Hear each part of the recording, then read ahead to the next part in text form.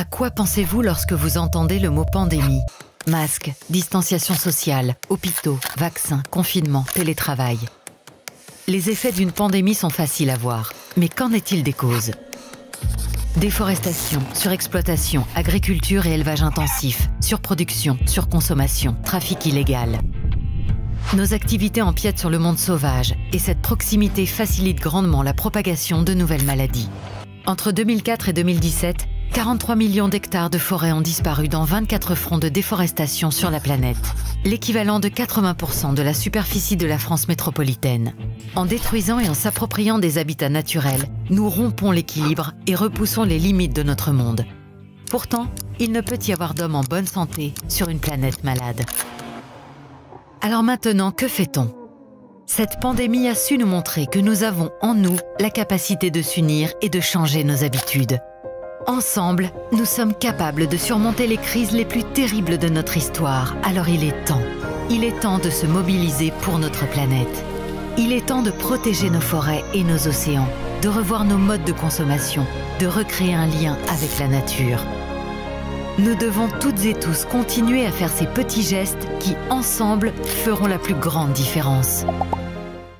Bonsoir à tous, merci de nous rejoindre sur TNTV pour un nouvel épisode du JT Vert, votre émission consacrée à la protection de l'environnement et au développement durable au Fénois. Très heureux de vous retrouver pour ce nouvel épisode. Nous n'en avons pas fini avec cette pandémie, alors respectez bien les consignes données par les autorités du Fénois et surtout faites attention à vous et à tous ceux que vous aimez. A tout de suite, juste après le générique, nous vous proposons de faire le premier pas vers la nature.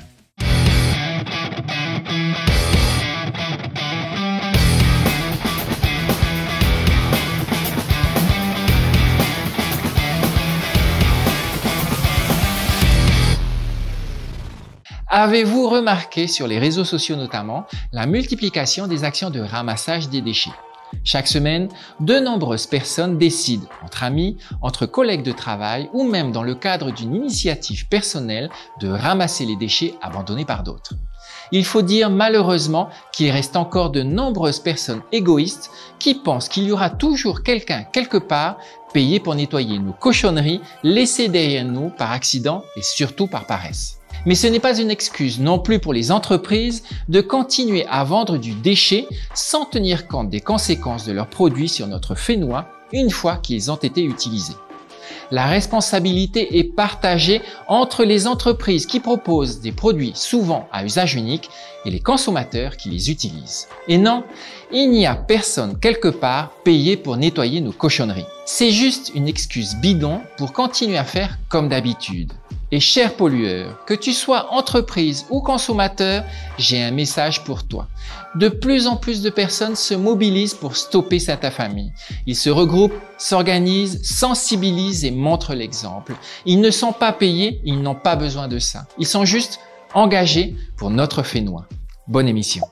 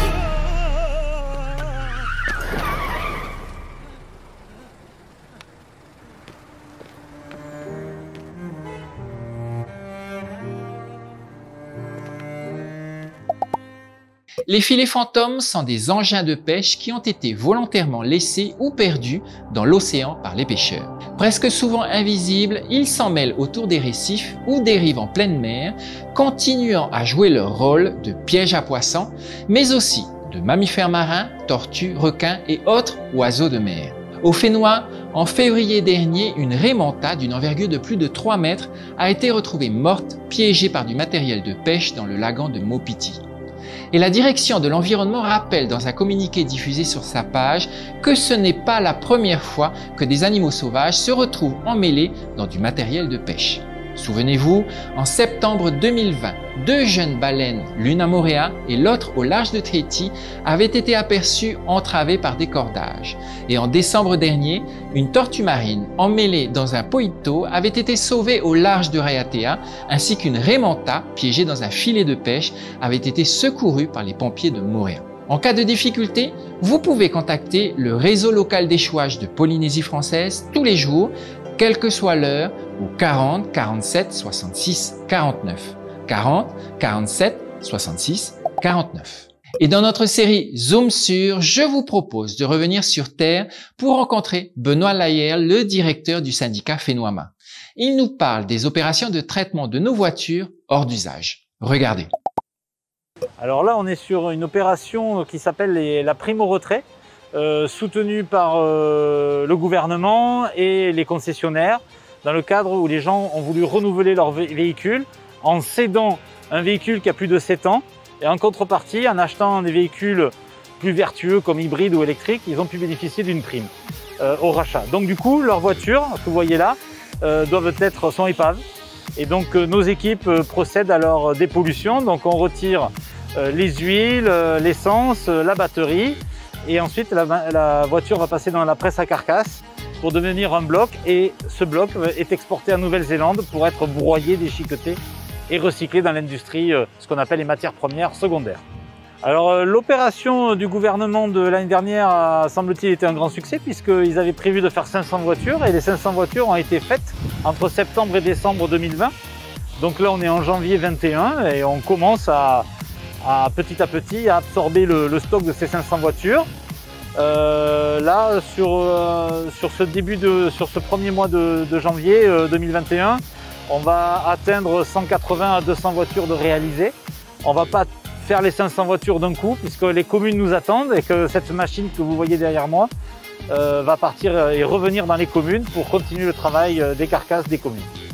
Donc si les habitants, les gens qui nous regardent dans le cadre du Jet-Hiver souhaitent se débarrasser d'une voiture qui leur appartient, il faut d'abord aller se faire recenser auprès de sa commune.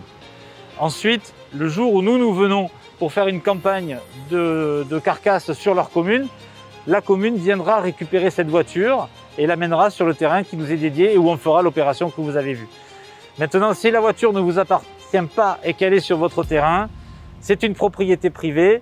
Il faut discuter avec les mouteuils pour qu'il y ait une discussion avec le vrai propriétaire pour que le vrai propriétaire puisse se positionner et céder gracieusement la voiture pour destruction pour qu'il n'y ait pas derrière de litige. Mais généralement, ça se passe très très correctement. Sachez que les équipes du syndicat Fénoama tournent régulièrement dans les communes pour traiter les carcasses de voitures. Si vous possédez des voitures hors d'usage, n'hésitez pas à vous faire recenser auprès de votre commune.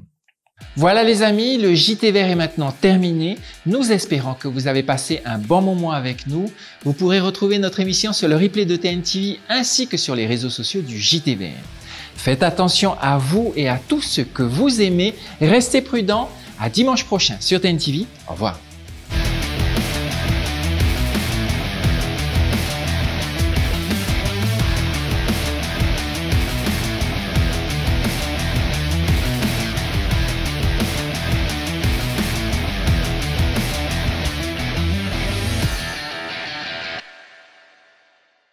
Prochainement, dans le JT Vert, nous parlerons d'un sujet compliqué qui ne mobilise pas encore les foules au Fénois. Dimanche prochain, nous vous proposons de parler de changement climatique. C'est dimanche prochain dans le JT Vert.